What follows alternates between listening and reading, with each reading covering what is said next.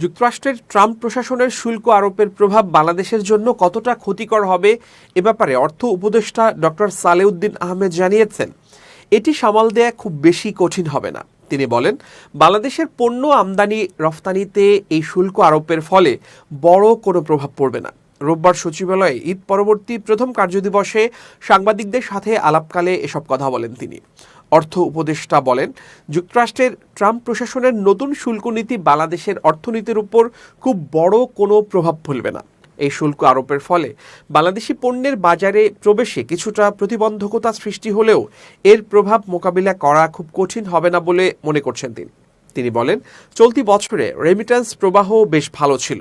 March মাসে $3 billion remittance এসেছে, যা বাংলাদেশের অর্থনীতির জন্য ইতিবাচক। এর ফলে দেশের রিজার্ভও বৃদ্ধি পেয়েছে, যা সামগ্রিক অর্থনৈতিক স্থিতিশীলতা বজায় রাখতে সহায়ক।